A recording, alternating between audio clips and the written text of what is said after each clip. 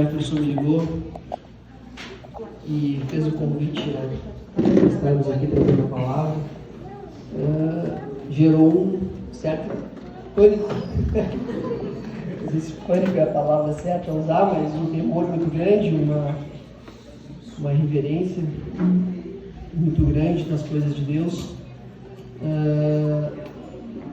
para estar aqui, mas logo em seguida o Espírito Santo acalmou meu coração, porque é Ele que faz a obra, né? A gente só se deixa usar por Ele. Eu trabalho com informática, trabalho com software, trabalho com entendo de código de computador, então falar em público não é uma característica do meu trabalho, então eu peço perdão aos irmãos qualquer falha que eu possa vir cometer aqui. Amém? Amém. Mas aproveitando então que estamos em pé, vamos à leitura do texto. Queria que você procurasse aí na sua Bíblia Atos dos Apóstolos, no capítulo 1, versículo 1 ao 8, que nós vamos ler.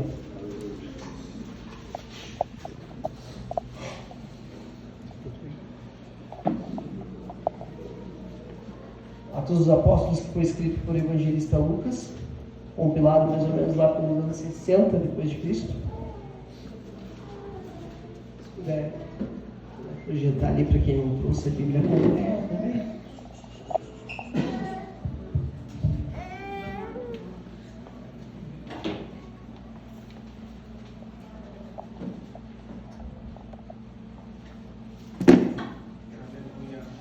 Em meu livro anterior, Teófilo, escrevi a respeito de tudo que Jesus começou a fazer e ensinar, até o dia em que foi elevado aos céus, depois de ter dado instruções por meio do Espírito Santo aos apóstolos que havia escolhido.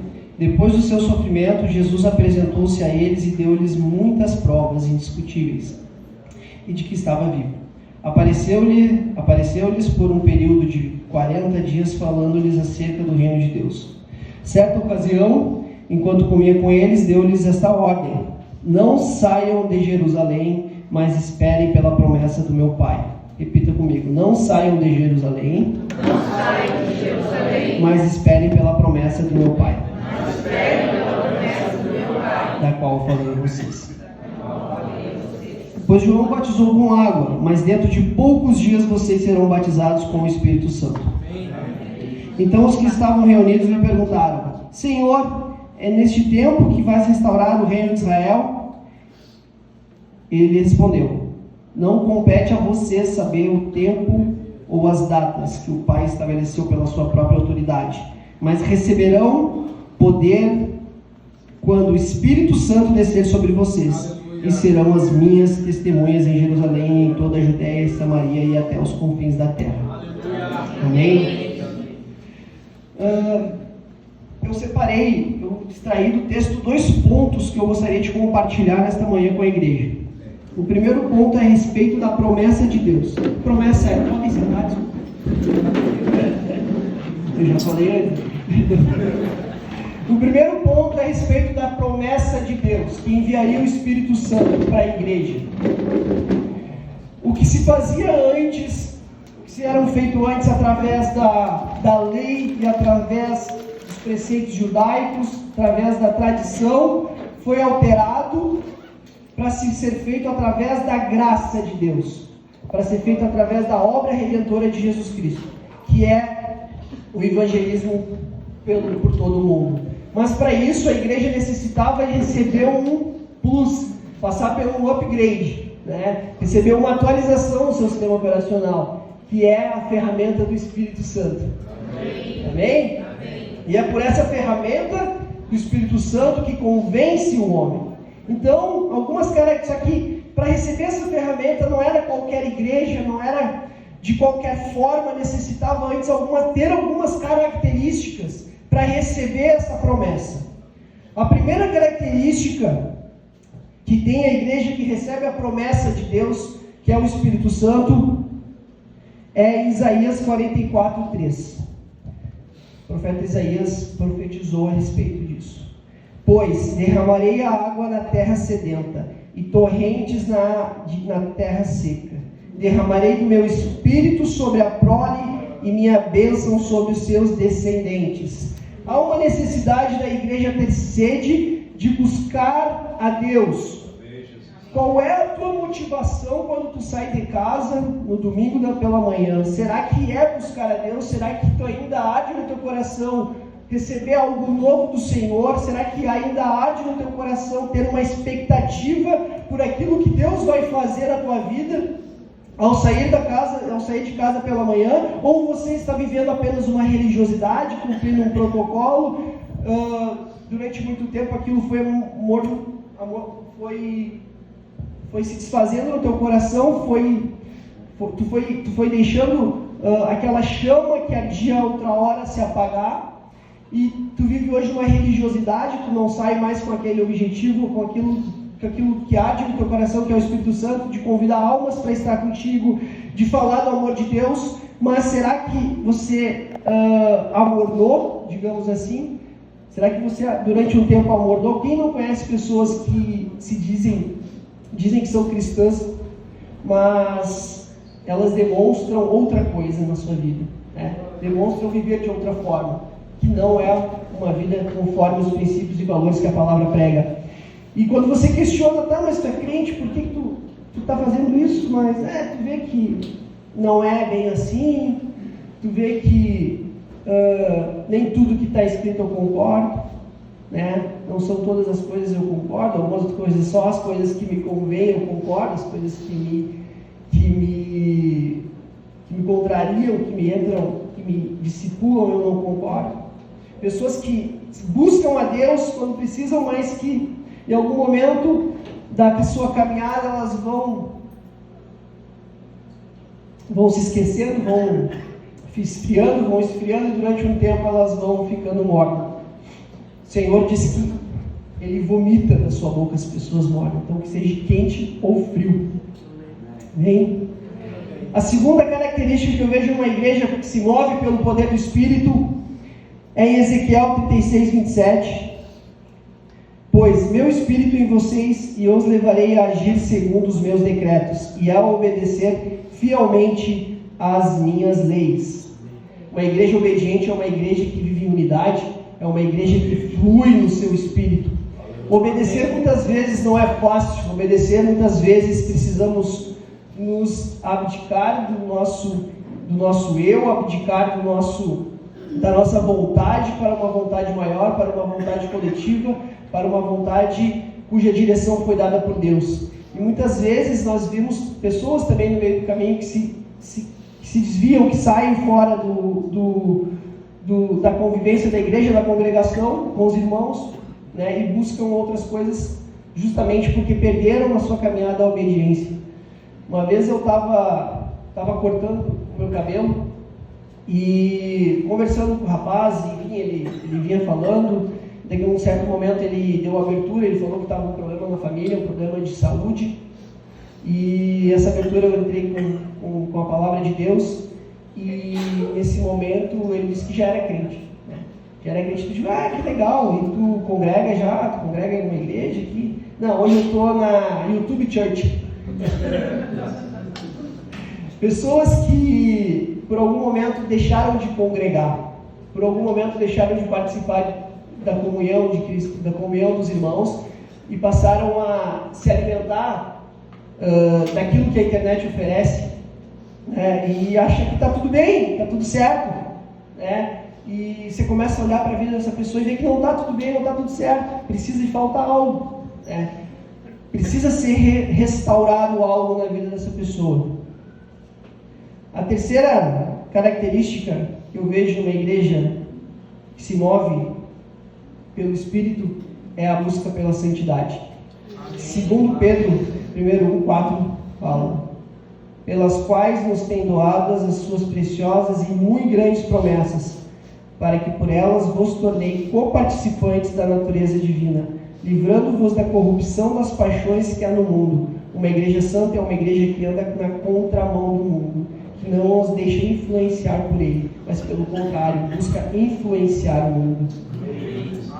Uma igreja não tem compatibilidade com o mundo. não pode ter. É muito difícil, é impossível os valores e princípios que nós defendemos, que nós entendemos como santos, serem comparados ou compatíveis com os valores e princípios que o mundo rege, que a sociedade nos traz, como princípios e valores determinantes. A igreja vai contramão. Se não for assim, o que a igreja teria para oferecer para o mundo, se não fosse algo novo, algo diferente? Então a busca pela santidade, ela se dá pela diferença dos valores e princípios das coisas do mundo. Agora, mais um tempo, eu e a Karen vamos precisar escolher a escolinha do Pedro, né? E nós estamos olhando, enfim, buscando, é uma escola cristã, não é uma escola cristã, o que nós vamos fazer?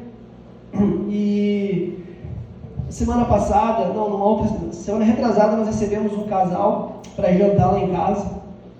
E eles têm duas menininhas, uma menina está na escolinha também. E nós questionamos, né, como funciona a escolinha e tal, como é que funciona. Eles estavam muito satisfeitos com a escolinha, eles estavam falando muito bem da escolinha.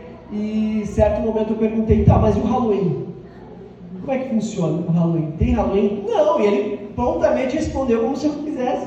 Temos sim, Halloween, é legal, as crianças se fantasiam, se divertem. Naquele momento eu digo, não é bem assim, a gente não comemora o Halloween, a gente comemora a vida, né? A gente não vou enviar o meu filho para uma escolinha lá fantasiado, sei lá, de diabinho, de morceguinho, de qualquer coisa. Não faço isso, a gente não entende como isso pode ser compatível com o que a gente vive, né? E ele olhou, tá, mas é só não mandar um dia, não sei o quê. Eu digo, tá, mas sempre tem aquela questão, né?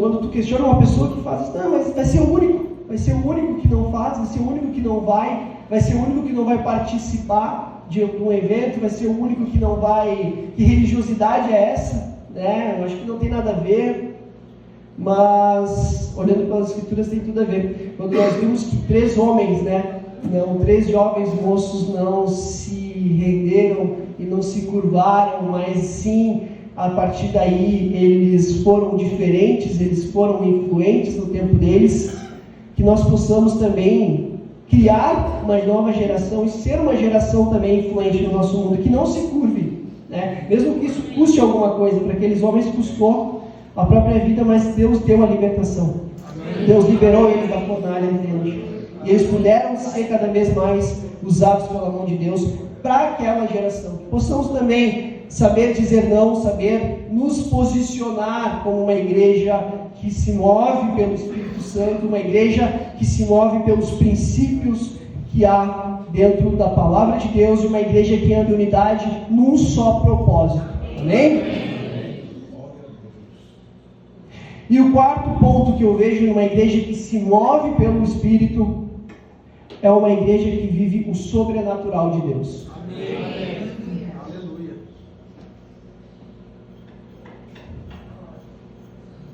Em Joel 2, 28 ao 29, fala que: e depois disso derramarei do meu espírito sobre todos os povos. Os filhos e suas filhas profetizarão. Os velhos terão sonhos, os jovens terão visões. Até sobre os servos e servas derramarei do meu espírito naqueles dias. A igreja precisa pulsar o sobrenatural de Deus. Precisa acontecer curas, milagres, libertação no meio da igreja. A igreja funciona somos uma igreja que somos impactados pelo mover de Deus.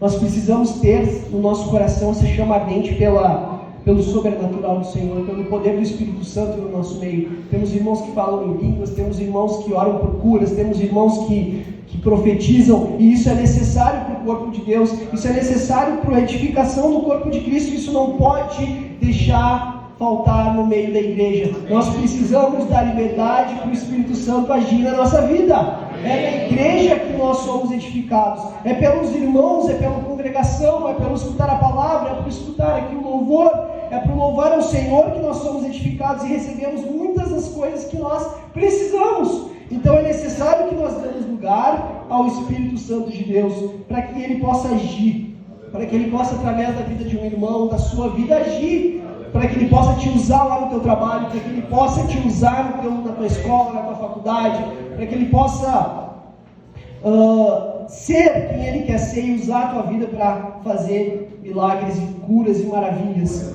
Eu estudei 5 anos numa faculdade com uma pessoa que eu não sabia que era crente. No final do ano, no final do 5º ano, eu descobri que ela era crente. É o famoso 07 agente secreto, né? Ele está camuflado, mas está em oração, né? Tá buscando a Deus. E muitas das vezes, quem sabe, né? Precisava alguém receber uma palavra. Porque uma coisa eu aprendi durante esse tempo, né? Eu me converti em 2015, me batizei em 2015, eu tenho um tempo já não muito grande de conversão, mas eu tenho um tempinho. E alguma coisa que eu aprendi é que se tu não deixar Deus te usar, Ele vai usar outra pessoa, certo? Ele vai usar outra pessoa porque os planos e os projetos de Deus não são frustrados. Se Ele vai salvar uma pessoa e Ele quer te usar, se tu não se deixar usar, Ele vai usar outra pessoa. Ele vai trazer outra pessoa para que essa outra pessoa possa, sim, cumprir com aquilo que é o desejo do coração de Deus. Mas que bom se nós deixarmos nos usar. Que bom se nós pudermos fazer co-participantes da obra de Deus no nosso meio. Que bom se nós nos deixarmos ser utilizados por Deus como ferramenta. E o segundo ponto que eu anotei é o revestimento de poder. Em Lucas 24:49, eis que sobre vós envio a promessa do meu Pai. Ficai, porém, em Jerusalém, até que do alto sejais revestidos de poder. Poder de levar o Evangelho a todas as pessoas, conforme João 16, 7, 8 fala. Todavia vos digo, vos convém que não vá, porque se eu não for, o Consolador não virá a vós, mas quando eu for, enviarei. E quando ele vier, convencerá o mundo do pecado, da justiça e do juízo. Quem convence é o Espírito Santo. Então, lá no início da palavra eu falei que a igreja precisava do upgrade, né? Precisava do auxílio do Espírito Santo para convencer o pecador do pecado. Se você está aqui hoje pela primeira vez, se você está aqui hoje pela segunda, terceira vez, se você já está aqui há algum tempo, alguns anos, você foi convencido pelo Espírito Santo. Não foi quem te convidou que te convenceu, mas no fundo do teu coração foi o Espírito Santo que te convenceu. Por quê? Porque Ele tem algo novo para a tua vida, Ele tem algo diferente, Ele tem essa palavra para a tua vida. Amém? Receba essa palavra com fé. Creia que Jesus Cristo Ele é Salvador. Creia que Deus Ele pode mudar a tua vida. Seja sei lá qual é as circunstâncias, seja sei lá qual é o período que tu está vivendo, seja de dor, seja de angústia, ou simplesmente seja porque tu veio aqui por algum motivo, mas tu não sabe qual é. É Deus falando no teu coração: eu te trouxe aqui, eu quero fazer uma obra na tua vida. Aleluia. Amém? Precisamos dar lugar ao Espírito, deixar que Ele nos conduza, mostrar qual é a sua vontade em nossa vida e na nossa família. Se a irmã puder me ajudar aqui, já vou concluir. Que quando damos lugar para o Espírito Santo, irmãos, nós temos a possibilidade de nos tornar co-participante e permitir que Deus faça também a obra em nossa vida. Deixa primeiro Ele mostrar na nossa vida, restaurar a nossa vida, restaurar o nosso casamento, restaurar a nossa família, restaurar aquilo que foi perdido, os projetos e planos que foram perdidos, mas que precisamos buscar cada vez mais o Espírito Santo. Precisamos nos humilhar e buscar o Espírito Santo de Deus com todas as nossas forças. Precisamos estar dispostos a ser dirigidos por Ele, estar dispostos a falar de Cristo a outras pessoas. Somente assim não haverá bancos vazios dentro da igreja. Somente assim a cidade de Osório e o litoral serão alcançados por Deus.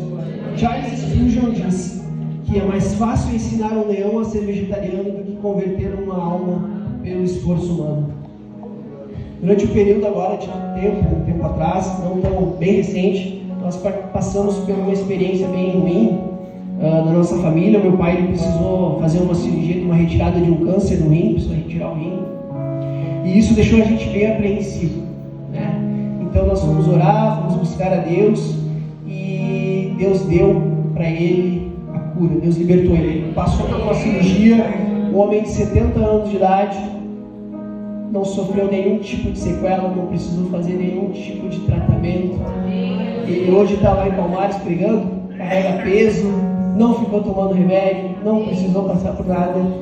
E uma das coisas que eu via no meu pai logo que ele saiu da cirurgia, que ele estava em casa,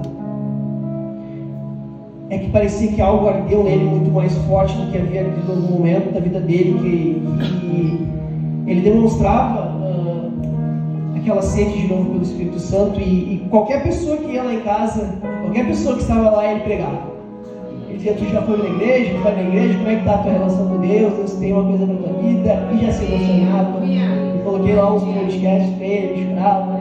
E aí eu perguntei: mano, pai não chora? Ele só chora na presença de Deus, na oração ele não chora, ele está lá chorando. Minha mãe: acho que é anestesia. Acho que é anestesia. Mas algo nele mudou. Porque quando nós nos deixamos ser usados pelo Espírito, algo muda na gente. A gente não passa mais a viver e a olhar para as pessoas com os nossos olhos. Nós passamos a olhar agora com os olhos de Deus, olhos de compaixão pela vida daquele que talvez iria para o inferno, aquela pessoa que talvez não receberia de Deus o perdão. E nós sentimos sede e busca para resgatar aquelas pessoas. Nós oramos, nós convidamos que isso jamais se perca em você, para que essa igreja seja uma igreja cada vez mais que flua no Espírito Santo, para que uma igreja que alcance almas. Osório precisa, sei lá, tem 72 mil pessoas, quem dera essas 50 mil pessoas fossem crentes convertidas, para falar um pouco mais da metade, e as outras 20 mil a gente oraria por elas, né? Porque são pessoas, são almas valorosas e valiosas para o Senhor, que Ele quer alcançar, que Ele quer buscar, mas sozinho a gente não vai conseguir. Sozinho com o nosso intelecto, sozinho com a nossa capacidade de persuasão, qualquer outro tipo de habilidade, não vai ser possível. A gente precisa do Espírito Santo, a gente precisa ter comunhão com o Espírito Santo, a gente precisa se deixar usar pelo Espírito Santo. E aí sim a obra de Deus será feita. Aí sim, lá no teu trabalho terá solução. Lá em cima, lá onde tu estuda, lá onde tu trabalha, na tua família, terá salvação. Quando tu deixar Deus agir, quando tu deixar Deus operar na tua vida. Amém? Se você está disposto a isso, se você se enquadra em alguma dessas características, todas elas, o Espírito Santo, quem sabe, te convida hoje: vamos mais além. Vamos mais, vamos buscar a mais, vamos ter mais intimidade. Se você ainda não se enquadra em uma característica, que você também possa, o Espírito Santo, dizer: eu quero te ensinar, eu quero te capacitar. O Espírito Santo é conhecido também pelo Paracleto, aquele que defende e protege, aquele que consola, aquele mentor que ensina. O Espírito Santo, ele tem capacidade na tua vida de te consolar. Aquilo que de repente está quebrado dentro de ti, aquilo que de repente te causa dor, Ele traz o consolo e a cura. Aquilo que talvez tu não entendeu, Ele te traz o ensinamento. Mas para isso é necessário que você se permita, é necessário que você se deixe usar pelo Espírito Santo. Se você está disposto, se você se enquadra aí, se você não se enquadra e quer ir um pouco mais além, eu te convido para orar comigo nesta manhã. Te convido para que busque o Espírito Santo nesta manhã. Se você quiser ficar em pé, se você quiser ficar sentado, se você quiser se ajoelhar onde você está, se você quiser se ajoelhar aqui na frente, se deixe usar pelo Espírito Santo. O Espírito Santo tem total liberdade no nosso meio, Ele tem total liberdade aqui na igreja. Busque a Ele com todo o seu coração. Eu sinto uma unção de cura nesse lugar.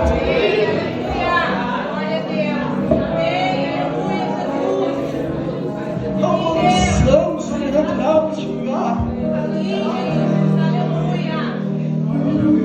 Oh Senhor, humildemente, Pai, nós entramos na tua santa presença, Pai.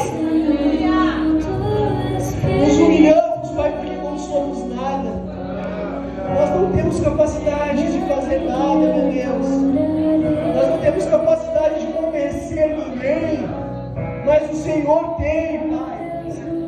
O Senhor havia feito uma promessa à igreja primitiva, Pai, que eles não estariam só, mas o Senhor enviaria um Consolador. O Senhor enviaria, Pai, o Auxiliador, o Consolador, o Mentor, Pai. Ele ia convencer o pecador do juízo, ele ia convencer o pecador, Senhor, que está no mundo, a uma nova vida. do meu irmão, renova ele, Senhor, restaura ele, Pai, recebe.